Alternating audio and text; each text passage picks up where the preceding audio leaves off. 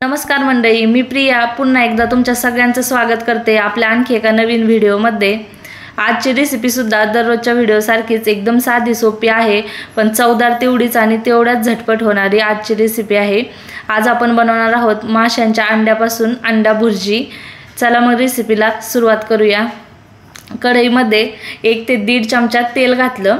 आता तेल तुम्ही तुमच्या आवडीनुसार कमी किंवा जास्त करू शकता।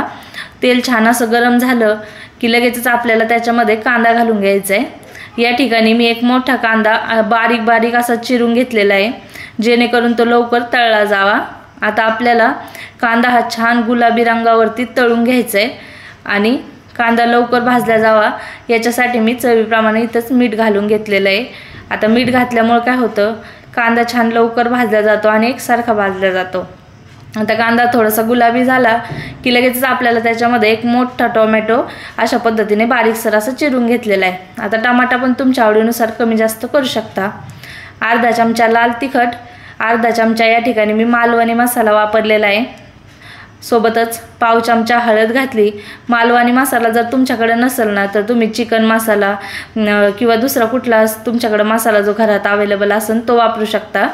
अर्धा चमचा धनापूड घातली आणि मसाले जळू नये म्हणून एकदम थोडंसं 1-2 चमचा आपल्याला याच्यामध्ये पाणी घालून घ्यायचे।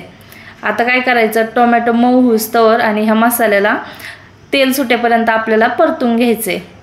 हे आहेत माशाचे अंडे, त्याला मी स्वच्छ असं धुवून घेतलेलं आहे। त्याची जी वरची लेअर असते ती काढून घेतली आणि स्वच्छ करून पाणी निथळून मग आपल्याला हे अंडे फोडणीमध्ये घालायचे। तर बघू शकता गॅस हा मी कमी केलेला आहे या ठिकाणी आणि हे अंडे आपल्याला अशा पद्धतीने हलवून घ्यायचे। मसाला आणि अंडे संपूर्ण साहित्य आपल्याला एकजीव करून घ्यायचे। अशा पद्धतीने आता संपूर्ण साहित्य हे एकजीव झालेलं आहे। आता काय करायचं, झाकण ठेवायचं आणि एकदम मंद गॅसवरती 5-1 मिनिट आपल्याला याला वाफ काढून घ्यायची, म्हणजे का अंडे छान असे शिजतात, एकदम मोकळे सुटसुटीत होतात। बघू शकता आता 5 मिनिटं झाले, मस्त अशी वाफ काढून घेतलेली आहे।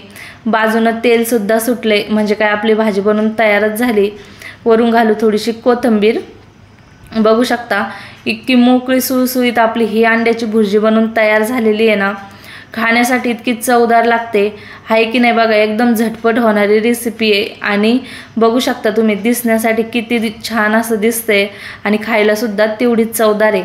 त्यामुळे तुम्ही अशा पद्धतीने ही अंडा भुर्जी एकदा नक्की बनवून पहा व तुम्हाला माझी रेसिपी कशी वाटली मला कमेंट करून नक्की कळवा। आवडल्यास व्हिडिओला लाईक नक्की करा।